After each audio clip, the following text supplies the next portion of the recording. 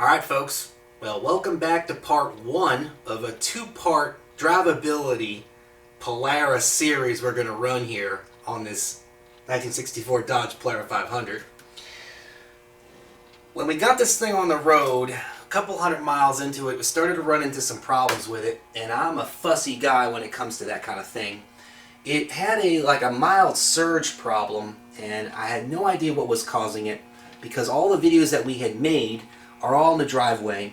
There's no exhaust on it. It was loud, and we never had it on the road and put a load on the engine to see what was really going on with it.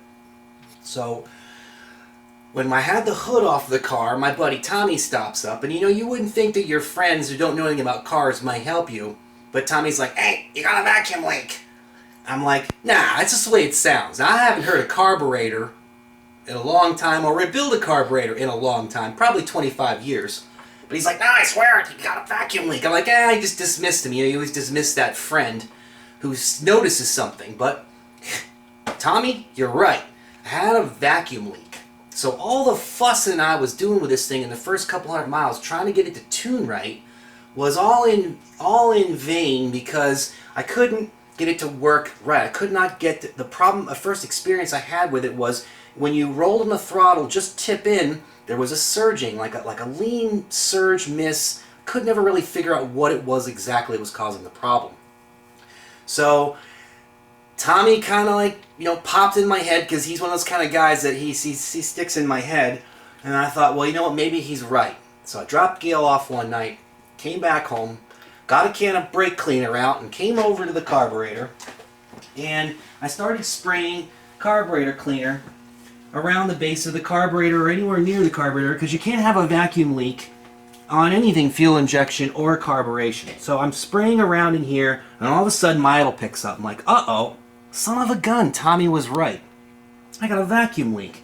Didn't really notice it, but it was hissing a little more than it should, and, well, hell, you know what I'm going to do. So I grabbed a 1/2-inch wrench, I went around, I torqued all these carburetor bolts down just to see if it would solve the problem.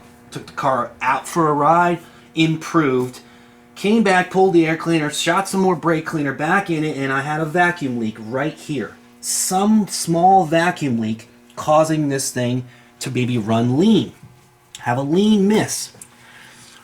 So when I took this carburetor apart, I had made sure that everything was intact and all there, and the carburetor was overall in pretty good condition because I did not want to rebuild. I wanted to replace this carburetor. I wanted to keep the original carburetor. I know it's the original one for the car. Hell or high water, I was gonna fix it. So when it was obvious that the screw heads were all chewed up because someone in the past, before 1978, had taken this thing apart and rebuilt it. Well, there's a gasket that goes between the throttle plates and the base of the carburetor. Looks like this.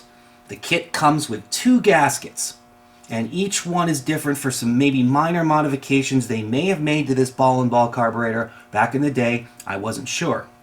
But the carburetor had both gaskets stuck to each other, and I thought at first that was wrong, but because I saw that, thinking that maybe it might be that was the way it was supposed to be.